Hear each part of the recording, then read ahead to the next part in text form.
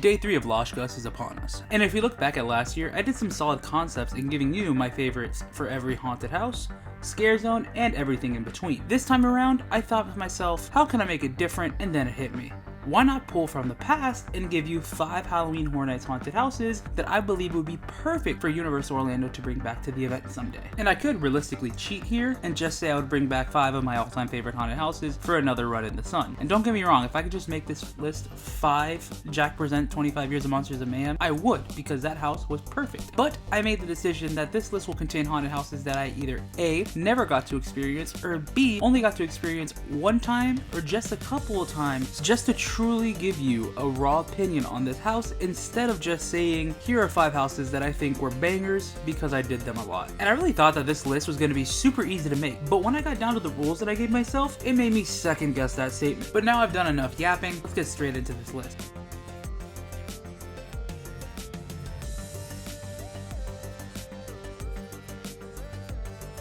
Now, just because I was going to leave Jack Presents 25 Years of Monsters of Mayhem off of the list, did not mean I was completely going to leave the clown off the list. Now, for a short history lesson that you may learn a little bit more about later this month, HHN 17 or HHN Carnival of Carnage was my introduction to Halloween Horror Nights. It was the first time I ever knew anything about Halloween Horror Nights. It was the first thing that piqued my interest for the event, and with that given interest came curiosity. Now, granted, I did not attend Halloween Horror Nights until 2013. I still became obsessed with this event, looking up different things online, trying to find out all the different riddles, trying to find out speculation for years. But I would just like to say that I became obsessed with this clown and this event that showed up on my TV for the advertisements for this year's event. Now, in this commercial, we saw Jason, Freddy, Leatherface, and Jack the Clown. The Carnival of Carnage year had so many heavy hitter haunted houses, so why would I select Jack's Funhouse in Clownovision? Well, it's simple. I would like to see Jack. Now you may be thinking, this wasn't even a favorite house for many people. What makes you want to bring this back?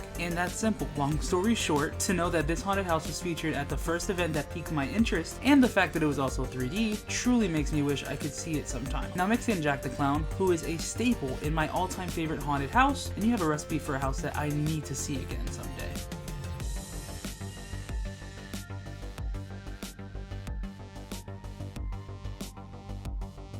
Following that up, we have the first ever haunted house that I walked through at Halloween Horror Nights back in 2013, and that was Urban Legends La Llorona. One thing that you always seem to forget about when attending the event for just so long is that feeling of always wanting to do it and never getting the satisfaction to do so. But all of those things shortly change as soon as you walk into your first haunted house. The fog hits your nose, and so does that fine smell of wood. One sniff and you take a mental snapshot of everything you're about to experience. I always feel like you never forget your first scare, your first encounter, anything in general. The first time you see a facade, it all just melts into your brain. Sometimes you do seem to forget that feeling that you had when you walked through your first ever haunted house, and that's one thing that I wish I could see again someday, but it's very hard to find that again.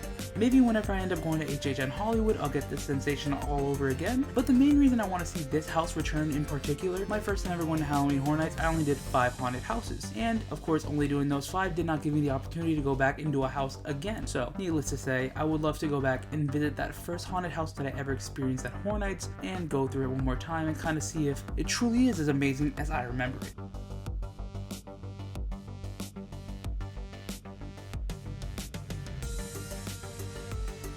Sticking with HHN 23 or 2013, just so you guys can know for reference, like I said, I only did 5 haunted houses, which means that I missed 3, and those 3 were An American Werewolf in London, Evil Dead, and The Cabin in the Woods. 2 of those I've seen things from already. I've seen American Werewolf in London come back for 25, and I've seen Ash vs. Evil Dead come to HHN 27.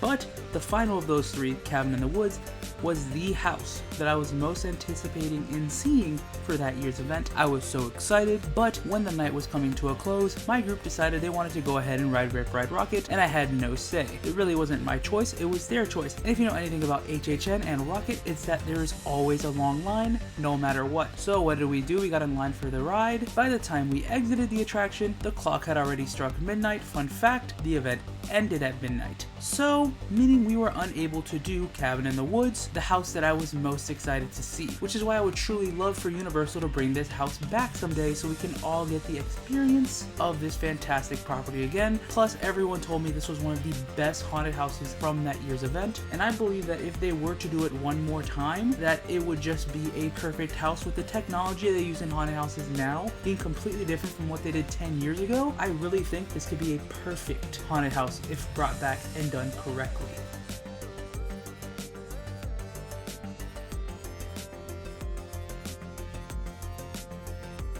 Moving to the very next year, HHN 24 or 2014, this was the first year I was able to do all the haunted houses in one night and only one night, meaning that I only hit every single house once. But there was one house that truly stuck out to me and created a core memory when it comes down to Halloween Horror Nights, and that was Dollhouse of the Damned. This house was fantastic, from the facades to the Easter egg. I truly found myself so happy going through this house. Being able to walk through here and see Chucky as well as Billy the Puppet from Dead Silence, along with a large variety of dolls that I have seen now scattered throughout various haunted houses and various locations all throughout the years of Halloween Horror Nights, that truly make me feel warm and fuzzy in my tum-tum every single time that I think about it. But it's funny because the core memory that I was talking about in that haunted house, this was the first memory that I can recall that I walked through and smelled something that was so foul that I blamed everyone else in my group for it. That's right, it smelled like someone did a number 2. But when I exited the haunted house, I asked one of the team members about that smell, and they said that it was a smell that was pumped into the room. It was so disgusting, let me tell you. But honestly, this haunted house altogether, from the design of the house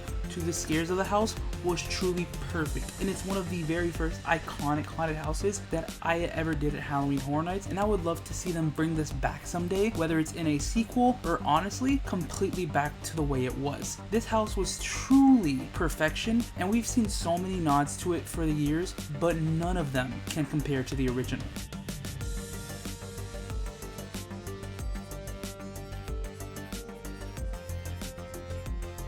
We started with a house that I never got to do, now let's end with a house that I never got to do. We go back to the very year before I started attending, we go to HHN 22. We have Gothic. Countless people have told me that this is one of the most beautiful and mesmerizing haunted houses to date that they have walked through, and I never believed it until I walked through Jack Presents 25 Years of Monsters and Mayhem and saw the one scene that was themed to Gothic, and my jaw hit the floor. I realized that all those people might have actually been right about this one, and they weren't just say this just to say it. Along with that, the fact that this house has yet to see a sequel or a prequel or anything in between is mind-boggling, but I believe that this is one of those houses that should get the American Werewolf in London treatment. And what do I mean by that? I mean, well, they can literally just bring that whole entire house back and no one would bat a single eye. And to add to this, similar to Dollhouse of the Damned, there's so many little things in this house that have been used in other haunted houses because of how successful this house was. The stained glass mirrors that they used in The Fallen, along with the countless mirror effects that make it seem as if the floor is never ending. All of this has been used time and time again since this house, and truthfully I feel like if they were to bring this house back, it would be fantastic. Give it a sequel or bring it back in general. We will all be happy. Trust me, Universal. Listen to this one. We're gonna need it. Moving away from the list, when making this, it was one of the hardest things to think of because I would bring back almost every haunted house I've been through. Almost every haunted house, and include in every house from the past I've never done. I wish I could have done them all, but alas, I was not lucky enough. I want to turn this question over to you in the comments. What are 5 Halloween Horror Nights haunted houses that you want to bring back? Whether it's something that you've done or something that you've never done, I would love to know your 5 also. And if you enjoyed this video, please give it a thumbs up. Subscribe if you guys already haven't done so, and stay excellent, my dudes.